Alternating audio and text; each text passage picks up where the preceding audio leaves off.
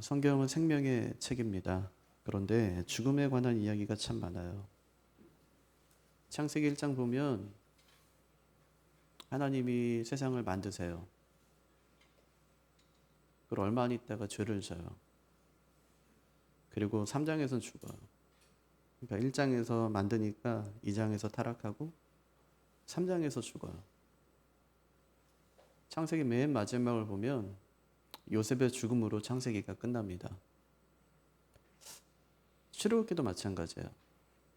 출애굽기는 처음 시작부터 죽음에 관한 이야기입니다. 장자의 죽음으로부터 시작하죠. 또 마지막은 출애굽 1세대가 광야에서 하나님 원망하다가 죽는 이야기로 끝납니다. 레위기도 죽음에 관한 이야기인데 매일 죽여요. 매일 죽이래요. 또 날짜를 정해놓고 죽여라. 안 죽이면 네가 죽는다. 그런 얘기예요. 그러니까 구약 어디를 봐도 죽음이 강조되지 않은 책이 없습니다. 왜냐하면 죽음이 예배니까. 죽음이 예배였어요. 근데 신약도 마찬가지인데 마태복음 1장 보면은 처음에 낳는 얘기죠. 낳고 낳았다. 그래서 결국 누구를 낳냐면 예수님을 낳아요. 그런데 한 장을 탁 넘기면 그때부터 죽음 이야기가 시작됩니다. 헤롯이 아기를 찾아 죽이려 하니 그때를 기준하여 2살부터 그 아래로 다 죽이니. 그리고 결국에는 그들이 예수님을 찾아냈고 예수님을 죽였다. 이런 얘기가 신약에 관한 이야기입니다. 사람들은 보통 이제 어떻게 살 것인가 하는 것에 관심이 많이 있죠. 그런데 예수님께서는 어떻게 죽을 것인가에 관심이 있으셨습니다. 예수님의 생애는 죽음에 맞춰져 있습니다. 주님께서는 33년이라는 짧은 삶만 사십니다. 이렇게 짧은 인생을 사신 이유는 그에게는 삶보다는 죽음이 훨씬 더 중요했음을 우리에게 잘 알려줍니다. 그의 죽음의 핵심은 십자가였습니다. 마가복음을 보면 정말 좀 이렇게 촘촘하다는 느낌을 많이 받습니다. 매우 치밀하고 논리적으로 기록해 놓았습니다. 예수님이 십자가에 달리시는데 6시간 동안 예수님이 십자가에 달리십니다. 그 과정을 3시간 단위로 잘 끊어서 이야기합니다. 예수님이 3시에 십자가에 달리십니다. 우리 시간으로 하면 9시가 되겠죠. 그리고 6시부터 9시까지 온 세상에 어두움이 임합니다. 한번 33절 한번 보십시오. 33절 우리 같이 읽겠습니다. 제6시가 되매 온 땅에 어둠이 임하여 제9시까지 계속하더니. 6시는 정오거든요. 하루 중에 가장 밝을 때. 그때 하나님이 온 세상을 어둠으로 덮습니다. 신학자 도널드 거스리가 이 장면 보면서 하나님께서 버림당하는 아들을 참아 볼 수 없어서 어둠으로 세상을 가르신 것이다. 이렇게 기록해 놓았습니다. 구약에도 이런 사건이 있거든요. 하나님이 애굽에 내리신 9번째 재앙.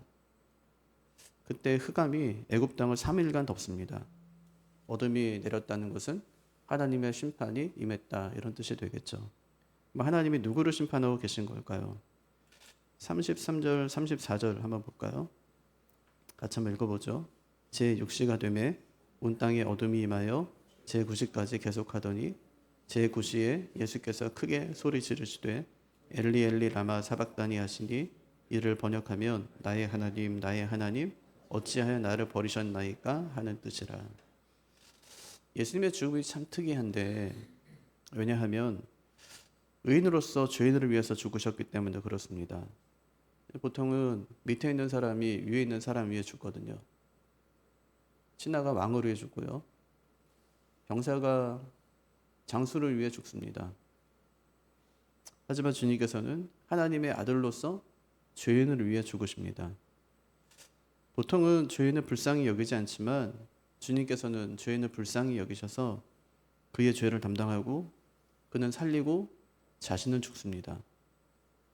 근데 예수님의 이런 죽음도 특이하지만 하나님의 사랑은 더 특이합니다. 하나님은 죄인을 구원하기 위해 자기 아들을 세상에 보내십니다. 그 죄인이 받을 형벌을 자기 아들에게 다 뒤집어 씌우세요. 죄는 죄인이 지었는데 그 죄를 다 예수님께 뒤집어 씌우세요. 죄인이 짊어져야 될 십자가를 자기 아들에게 지게 하십니다. 죄인이 달려야 될 십자가에 자기 아들을 매다십니다. 예수님의 십자가에 매달려서 나의 하나님 어찌하여 나를 버리셨나이까 하고 소리쳤지만 하나님께서는 아무 대답도 하지 않으십니다. 하나님은 우리를 구원하기 위해서 당신의 아들을 구원할 수 없었습니다. 하나님이 우리를 구원하기 위해서 아들을 구원하는 일을 포기하신 것입니다. 이걸 우리가 뭘로 설명할 수 있겠습니까? 사랑입니다.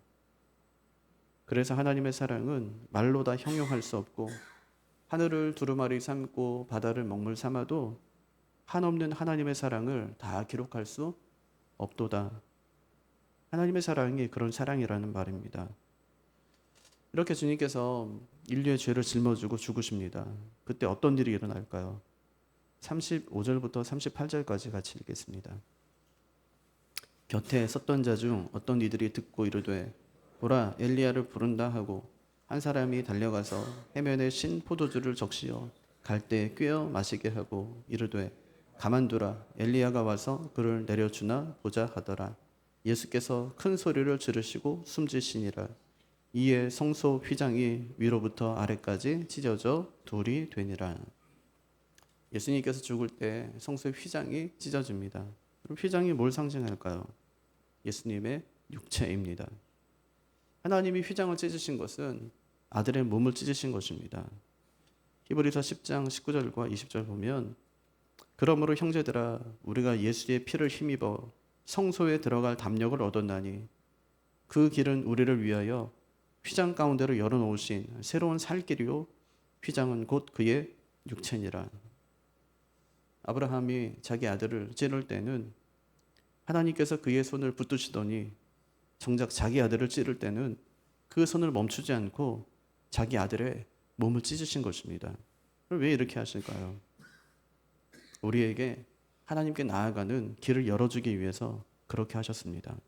하나님께서는 아들의 몸을 반으로 갈라 우리가 자신에게 나아갈 수 있는 길을 열어주신 것입니다. 하나님께서 그렇게 길을 열어주시자 곧장 그 찢어진 휘장 사이로 하나님께 나아가는 사람이 39절에 등장합니다. 39절도 한번 읽어보죠. 예수를 향하여 섰던 백부장이 그렇게 숨지심을 보고 이르되 이 사람은 진실로 하나님의 아들이었도다 하더라. 그 사람은 수많은 사람들의 죽음을 목격했던 사람입니다. 목격만 한 것이 아니에요. 직접 사람도 많이 죽였을 것입니다. 우리가 생각하는 것보다 훨씬 더 잔인한 사람이었을 겁니다. 아주 무정하고 잔혹한 인물이었습니다. 그런데 그가 황제의 명령으로 사형 집행을 받는 그 죄인을 향해서 이 사람은 진실로 하나님의 아들이었도다 하고 고백합니다. 이것이 매우 위험한 발언인데 당시 로마의 동전에는 신이면서 인간인 아구스토의 아들 디베르 가이사 이런 글귀가 새겨져 있었습니다. 로마의 장교가 신의 아들이라고 부를 수 있는 것은 자신이 섬기는 로마의 황제 가이사뿐이었습니다. 하지만 그가 예수님께 그 칭호를 사용합니다. 만약에 이것을 누군가 들었다면 그는 당장 감옥에 가든지 사형을 당하든지 그렇게 됐을 것입니다. 하지만 그는 이 고백을 통해서 예수님이 십자가를 통해서 열어주신 그 생명길로 나아간 첫 번째 사람이 되었습니다.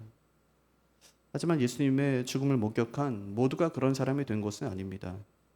끝까지 예수님의 죽음을 비웃는 사람들도 있었습니다. 35절과 36절 보면 곁에 섰던 자 중 어떤 이들이 듣고 이르되 보라 엘리야를 부른다 하고 한 사람이 달려가서 헤매들 신포도주를 적시어 갈대에 꿰어 마시게 하고 이르되 가만두라 엘리야가 와서 그를 내려주나 보자 하더라. 예수님의 죽음이 우리에게 주는 교훈이 무엇일까요? 그것은 우리의 죄가 얼마나 심각한가 하는 것입니다. 또한 그 죄의 문제를 우리가 어떻게 해결할 수 있을 것인가 하는 것입니다. 당시도 그렇지만 오늘날도 유사 그리스도인들이 참 많이 있습니다. 사도행전 26장을 보면 사도 바울이 아그리빠 왕과 베스도와 또 벨릭스 총독 앞에서 자신을 변호하는 장면이 나옵니다. 바울이 그들에게 간증을 하죠. 그 말을 듣고 베스도는 막 질책을 합니다. 아그리빠 왕은 그의 말을 신뢰합니다. 주변에 있던 사람들은 바울을 무죄다 이제 그렇게 이야기합니다. 베스도 총독은 바울이 전하는 예수님의 부활과 그가 전하는 교리를 이해하지 못해서 그를 미쳤다고 얘기합니다. 바울아, 너의 많은 학문이 너를 미치게 하였도다. 하지만 아그리빠는 바울의 논증에 빠져들어서 내가 나를 설득하여 거의 그리스도인이 되게 하려 한다. 그렇게 이야기합니다. 근데 거기까지였어요. 바울의 논리에 설득당했지만 회심으로까지 이어지지 않습니다. 의식은 영향을 받았지만 마음은 새로워지지 않았습니다. 그는 바울의 말을 듣고 거의 개종할 뻔하였습니다. 오늘날도 교회 다니는 사람들 중에 이런 사람이 진짜 많아요. 그냥 믿음 근처까지 왔다가 거기서 멈추는 사람들이 얼마나 많은지 모릅니다. 교회는 나오는데 믿음은 없어요. 예배는 드리는데 신앙은 잘하지가 않아요. 거의 다 믿은 것 같은데 더 이상 믿지 않는 사람들이 얼마나 많은지 모릅니다. 아그리빠가 내가 나를 설득하여 거의 그리스도인이 되게 하였도다. 여러분, 만약에 그가 그때 완전히 설득당했다면 얼마나 좋았을까요? 그의 고백에서 거의가 빠졌다면 얼마나 좋았을까요? 네가 나를 설득하여 내가 그리스도인이 되게 하였다. 그렇게 고백했다면 얼마나 좋았을까요? 만약 그렇게 되었다면 아그리빠 인생에서 그날이 가장 복된 날이 되었을 것입니다. 그가 거의 그리스도인에서 진정한 그리스도인이 되었다면 그가 디베랴 시장에서 유대인의 왕이 되던 순간보다 훨씬 더 복되고 영광스러운 날이 되었을 것입니다. 우리의 신앙에도요, 거의자가 빠져야 돼요. 거의. 성경에는 두 가지 슬픈 표현이 등장합니다. 하나는 참된 의인이고 하나는 외적 의인이에요. 참된 의인은 겨우 구원을 받게 될 거래요. 외적 의인은 거의 구원을 받게 될 뻔한 처지에 놓이게 될 것이라고 말씀합니다. 주님께서 마가복음 12장에서 주님의 말씀을 듣고 깨달은 한 서기관에게 내가 하나님 나라에서 멀지 않도다 이렇게 말씀하세요. 내가 하나님 나라에서 멀지 않도다. 무슨 얘기냐면 희망을 표현한 절망적인 말이에요. 의인도 겨우 구원을 받을 것이라고 합니다. 베드로전서 4장 18절 보면 또 의인이 겨우 구원을 받으면 경건하지 아니한 자와 죄인은 어디에 서리요? 의인이 겨우 구원을 받는다는 말은 의인이 겪을 고난을 말해요. 많은 고난이 있을 거란 말이에요. 예수 믿는데 많은 고난이 찾아올 거라는 말입니다. 그 고난을 잘 견뎌내야 된다는 거예요. 그런 그 고난을 겪은 후에 구원에 이르게 될 것이라는 뜻입니다. 하지만 위선자는 거의 구원을 받게 될 것을 알 뿐이지 구원에 이르지 못한다고 말씀합니다. 그러니까 그가 천국에 대한 소망을 가지고 살더라도 결국은 지옥에 들어가고 말 것이다. 그렇게 말씀하세요. 예수 믿는 사람처럼 보여요. 직분을 받았으니까 믿음 있는 사람처럼 보여요. 믿음이 없어요. 예수님을 알지를 못해요. 살 수가 없어요. 거의 그리스도인이 된 사람처럼 보여요.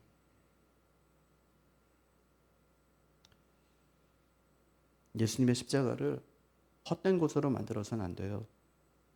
유사 그리스도인으로 살지 말고 하루를 살더라도 주님의 십자가 붙들고 주님과 함께 영광스러운 길을 가는 그런 성도로 살아가야 합니다.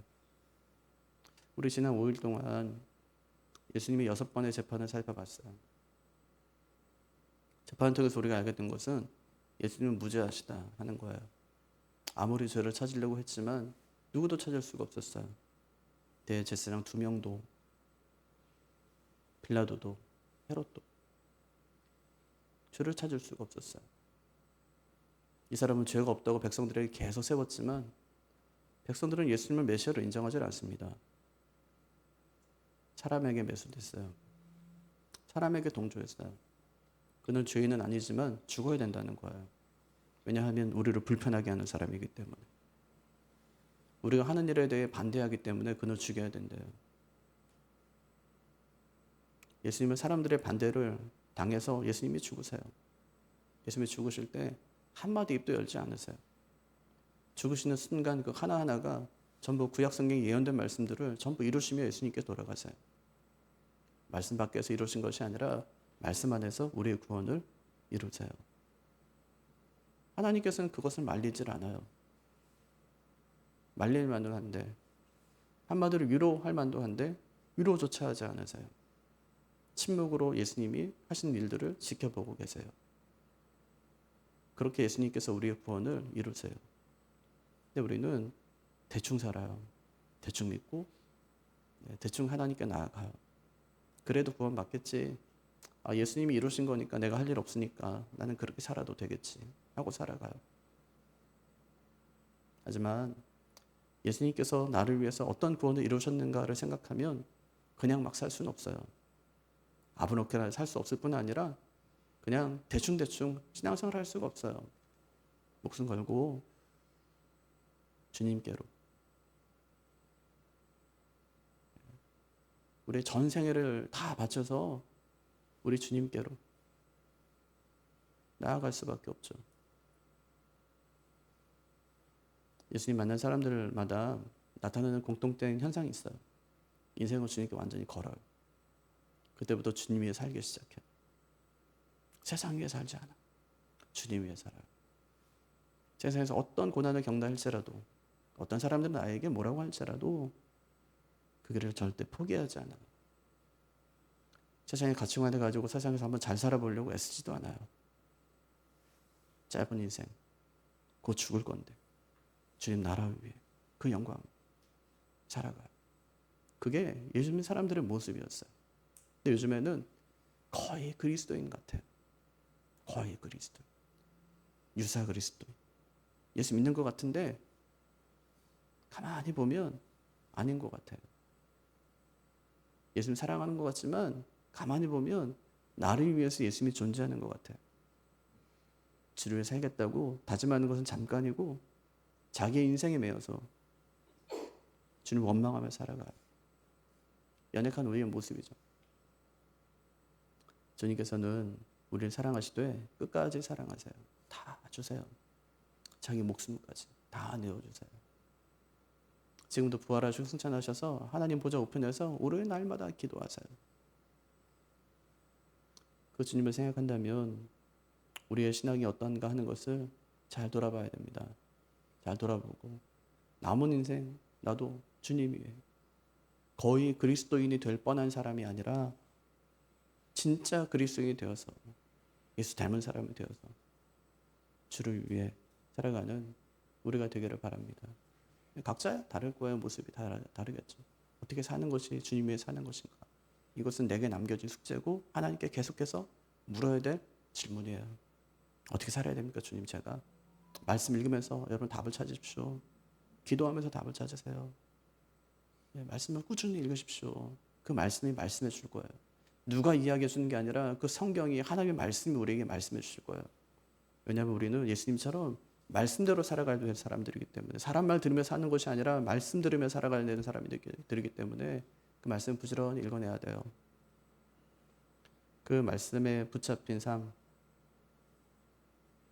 예수 생명을 가진 사람, 그렇게 믿음으로 살아서 나중에 우리가 구원받을 때 주님 전 한 것이 아무것도 없습니다. 다 주님의 은혜입니다. 고백하면서 주님께 나아갈 수 있는 우리가 되기를 주님의 이름으로 축복합니다. 같이 기도하죠. 같이 기도할 때 우리는